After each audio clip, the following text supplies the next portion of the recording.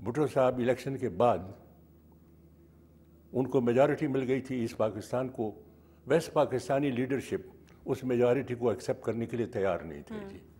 हमने, इंडिया ने अपना कॉन्स्टिट्यूशन बनाया 2 साल में जी, हमें 9 साल लग गए कॉन्स्टिट्यूशन बनाने में। ये भी सियासतदानों का कंट्रीब्यूशन था जी। वो वजह क्या, वो ईस्ट पाकिस्तान की मेजॉरिटी को एक्सेप्ट करने के लिए तैयार नहीं थे। उसके बाद सोहरावर्दी ने ये भी कह दिया इन नेशनल इंटरेस्ट के, चलिए फॉरगेट अबाउट आवर मेजॉरिटी जी। पैरिटी का डॉक्ट्रिन प्रिंसिपल जो था वो सोहरावर्दी ने एक्सेप्ट कर लिया। पैरिटी के प्रिंसिपल के ऊपर कॉन्स्टिट्यूशन बन गया 56 का। उस कॉन्स्टिट्यूशन के तहत हम इलेक्शन की तैयारियां कर रहे थे। इतने में सिकंदर मिर्ज़ा और अयूब खान ने मिल करके पाकिस्तान की डेमोक्रेसी में फरागम दिया। ठीक, डॉक्टर साहब जिस तरह अभी रोहिदाद खान साहब ने बात की कि अयूब खान ने तो चलें इब्तदा कर दी थी, लेकिन उसके बाद जब सियासतदानों के कंट्रीब्यूशन की, ये जो मुल्क में मार्शल लॉ लगता रहा, डिक्टेटरशिप आती रही, उसमें सियासतदानों के किरदार की जब भी बात करें, ज़ियाउल हक को ले लें तो उस वक्त पीपल्स पार्टी के अलावा तमाम लोगों ने उन्हें इन्वाइट किया, उन्हें वेलकम किया। मुशर्रफ की अगर बात कर लें तो आपकी जमात के अलावा बाकी तमाम जमातों ने उन्हें इन्वाइट किया और उसी तरह से वेलकम किया। तो सियासतदान हमारे खुद ही नाकाम हुए या खुद ही उन्होंने रास्ता डिक्टेटरशिप के लिए निकाला कि आज मुल्क को ये बहरानी कैफियत से गुजरना पड़ रहा है? जी, बिस्मिल्लाहिर्रहमानिर्रहीम। बहुत ही रेलेवेंट आपका सवाल है जी, और मैं समझता हूँ कि आज के दिन के हवाले से, क्योंकि आज बड़ा एक यादगार और तारीख़ी दिन है, आपने बड़े एक अच्छे मौजू का इंतखाब किया। मैं आपके इस प्रोग्राम की वसातत से अपने जो हमारे मसीह भाई हैं उनको मुबारकबाद भी दूंगा क्रिसमस की। और देखें, ये इस लिहाज से बड़ा तारीख़ी दिन है कि 25 दिसंबर को मैं समझता हूँ कि पूरी इंसानियत पे अल्लाह ताला का एक इनाम था कि हज़रत ईसा अलैहिस्सलाम यसू मसीह वो उस दुनिया में तशरीफ़ लाए। फिर बरसगीर पाक व हिंद के मुसलमानों के लिए एक बहुत बड़ा इनाम था कि हज़रत कायद आज़म भी आज के दिन इस दुनिया में तशरीफ़ लाए। और क्या ये पाकिस्तान वो है या नहीं, और ख़ास तौर पर जो भी बात हुई फ़ौज की, उसकी इंटरवेंशन की। देखिए, गुजारिश ये है कि कायद आज़म ने जो पाकिस्तान दिया था उसका नाम था इस्लामी जमहूरिया पाकिस्तान। हमारे मुल्क में अब गो के चलें, उस तरह आप कह सकते हैं कि इस्लामी कवानीन उस तरह नाफिज नहीं है कि जो मुकम्मल एक शरई निज़ाम जिसकी बात अक्सर औक़ात होती रहती है, लेकिन मज़हब के नाम पे कम अज़ कम हमारी जो कौम है वो जज्बातियत का भी शिकार है और उस पर वो बहुत ज़्यादा कंप्रोमाइज़ भी नहीं करती। लेकिन जहाँ तक जमहूरियत का ताल्लुक़ है, इसमें अनफॉर्चुनेटली ऐसे इस पूरे इदारे पर शब खून मारे गए कि उसके नतायज जो है आज वो पूरी कौम के सामने है। देखें, आपने जो प्रिसाइज सवाल किया है उसका जवाब ये है कि दुनिया में जितने मुल्कों ने भी तरक्की की है, और आप बहुत दूर की बात छोड़ें, आप अपने नज़दीक देखें इंडिया, और हम तकरीबन एक ही दिन हम अलहदा हुए हैं, वहाँ पे हमसे ज़्यादा टर्माइल रहा है, पॉलिटिकल टर्माइल्स हमसे ज़्यादा रहे हैं, लेकिन फ़ौज ने कभी वहाँ पे वॉच डॉग का किरदार अदा नहीं किया। उनका काम अपना है, आइन और कानून के मुताबिक वो स्पेसिफाइड है, वो सारी दुनिया जानती है, बताने की ज़रूरत नहीं है। अब जब ये अपने उन आइनी जो इनकी हदूद है उनको जब ये तजावुज़ करते हैं, तो देखें पॉलिटिक्स में आप ये कह लें कि तनाव या टेंशन ये तो होती ही होती है, और उसी को कम करने के लिए या उन तमाम उस तारीख़ को ना दोहराने के लिए अभी सियासतदान भी, उनमें भी एवोल्यूशन आती रहती है। मिसाल जमहूरियत आपके सामने है कि वो किन टर्म्स पे हुआ, किस सोच के तहत हुआ, ये सारी चीज़ें हैं, लेकिन किसी जगह एक डॉक्यूमेंट ला के या पाकिस्तान की नेशनल लाइब्रेरी में तो नहीं सजाना ना, इसमें कोई शक नहीं कि उसमें it has yet to be implemented in its true sense. कुछ ना कुछ उसमें चलता रहता है, लेकिन मैं आपको ये बता रहा हूँ कि सियासतदान, मैंने उसका हवाला इसलिए दिया कि सियासतदान तारीख़ से सबक भी सीखते हैं, तारीख़ की जो उनकी गलतियाँ होती हैं उनको ना दोहराने का अज़म भी होता है। और सबसे बड़ी बात यह है कि सियासतदान का, मैं कहता हूँ कि एक प्रोग्राम आप रखें इस बात पे कि सियासतदानों की जो सही अकाउंटेबिलिटी है वो कैसे मुमकिन है। ये आपने जो बात की ना कि सियासतदान जो हैं वो एवोल्यूशन का अमल भी आता है उसमें, और सियासतदान गलतियों से सीखते भी हैं,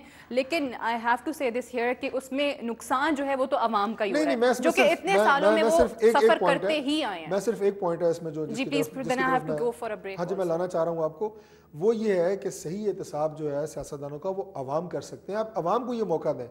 फ़ौज का कोई मैंडेट नहीं है कि वो आपको बीच में आके कट करे, वो आके इक़्तिदार अपने हाथ में संभाले और फिर ये सारा कुछ खून खराबा भी हो, सारा कुछ हो, हमारी माइशत, हमारी हर चीज़ तबाह करके दोबारा सियासतदानों को मौका दे कि अब आप दोबारा आएँ। और जिन जिन सियासतदानों ने या जिन जिन सियासी जमातों ने माजी में फ़ौज को सल्यूट किया है, आप कह रहे हैं कि वो सबक हासिल कर चुके हैं और आइंदा ऐसी गलतियाँ नहीं दोहराएंगे।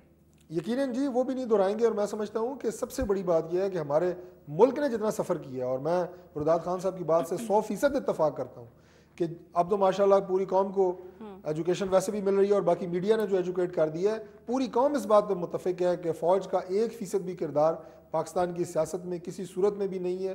اور یہ دیکھیں یہ تھریٹ پاکستان میں ہی ہے کہ ذرا سا بھی آج پھر, حالانکہ میں کہتا ہوں کوئی ایسی بات نہیں ہے کہ جی آج پھر کوئی کہے کہ فوج کو جو انٹرونشن کی ضرورت ہے یا فوج آ سکتی ہے, لیکن وہ بھی دبی باتیں بیچ میں ہو رہی ہیں. اگر یہ چیزیں ہوں گی تو پھر ہم جو ہے وہ اس منزل کی طرف نہیں جا سکتے جس کی آپ نے بات کی ہے, اس خواب کی جو قائد اعظم نے دیکھا تھا. رائٹ ویئرز, ڈاکٹر صاحب نے یہاں پہ کہا کہ جو تھریٹ ہے جو ہمیشہ پاکستان کے ڈیموکریسی کو, سیاستدانوں کو, سیاسی جماعتوں کو رہتا ہے, حکومت کو رہتا ہے کہ اگر کچھ بھی ذرا سی بھی کوئی ہلچل ہوتی ہے تو کہہ دیا جاتا ہے کہ فوج جو ہے وہ انٹروین کر جائے گی. اسی کی طرف بریک کے بعد آئیں گے اور مزید بات کریں گے. امریکی سرکاری ریڈیو کے سیاسی تبصرے میں یہ بات کی گئی ہے, کس حد تک درست ہے اور کس حد تک اس کے چانسز ہیں, اس پر بات کریں گے بریک کے بعد. Stay with us. Welcome back to سیاست اور پاکستان وتھ سعدیہ افساد.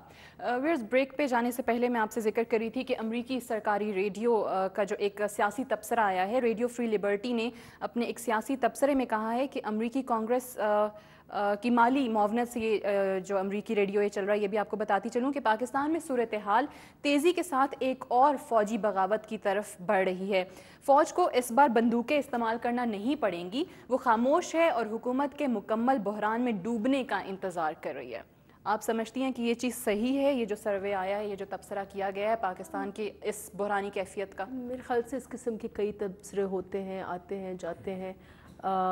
پہلی بات تو میں یہی کہوں گی کہ اس وقت جو ادارے ہیں اور یہ ایک ڈبیٹ چل رہا ہے جب سے NRO کی ڈیسیشن آئی on separation of powers between the different pillars of the state, and I think اس وقت سول سوسائٹی اور جنرل پبلک جو ہے اس میں بھی ایک بہت ایک سلجھے ہوئے انداز سے ایک ڈبیٹ چل رہا ہے کہ جمہوریت اس وقت تک ممکن نہیں جب تک ہر اپنا جو بھی سیاسی ادارے ہیں وہ اپنے اپنے رول میں رہ کر اور اپنا اکاؤنٹیبلٹی کرتے ہوئے ایک بیلنسڈ طریقے سے اسٹیٹ کا جو کام ہے اس کو آگے بڑھائیں.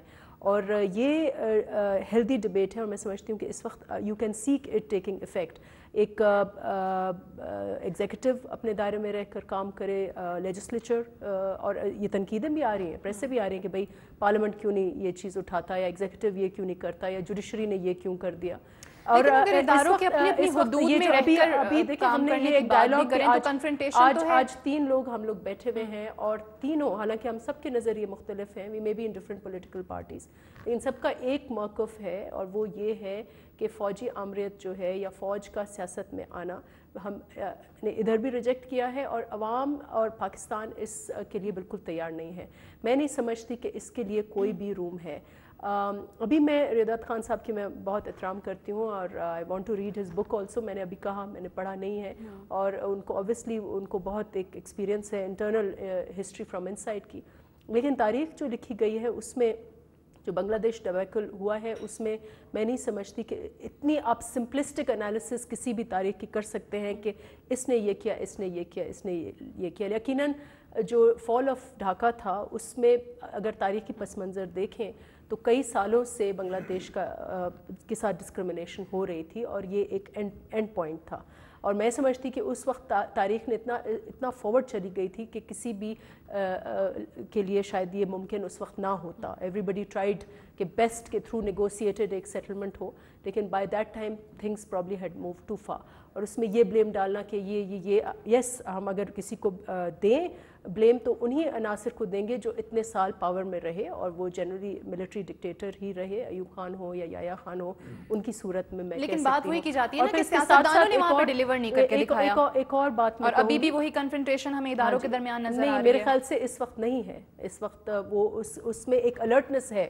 اگر کوئی بھی اس قسم کی چیز ہو رہی ہو تو ایک کوشن, ابھی جیسے آپ پرائم منسٹر کا آپ نے بیان دیکھا ہوگا, اور یقیناً کچھ کوارٹرز اسے ٹرائی کر رہے ہوں گے کہ انسٹیٹیوشنل کنفرنٹیشن ہو, لیکن آپ ہی کی پارٹی کے کچھ لوگ جو ہیں وہ کبھی عدلیہ کو وارن کرتے نظر آتے ہیں, کبھی فوج کو وارن کرتے نظر آ رہے ہیں. جو جونیئرز کیا کہہ رہے ہیں, جہاں تک پارٹی لیڈرشپ کا تعلق ہے, CEC کا تعلق ہے, گورنمنٹ کا تعلق ہے, گورنمنٹ منسٹرز کا تعلق ہے, ہم جوڈیشری کے آگے عاجز ہیں, اور جو بھی فیصلہ جوڈیشری کرے گا ہمیں قبول ہے. میں ریدات خان کا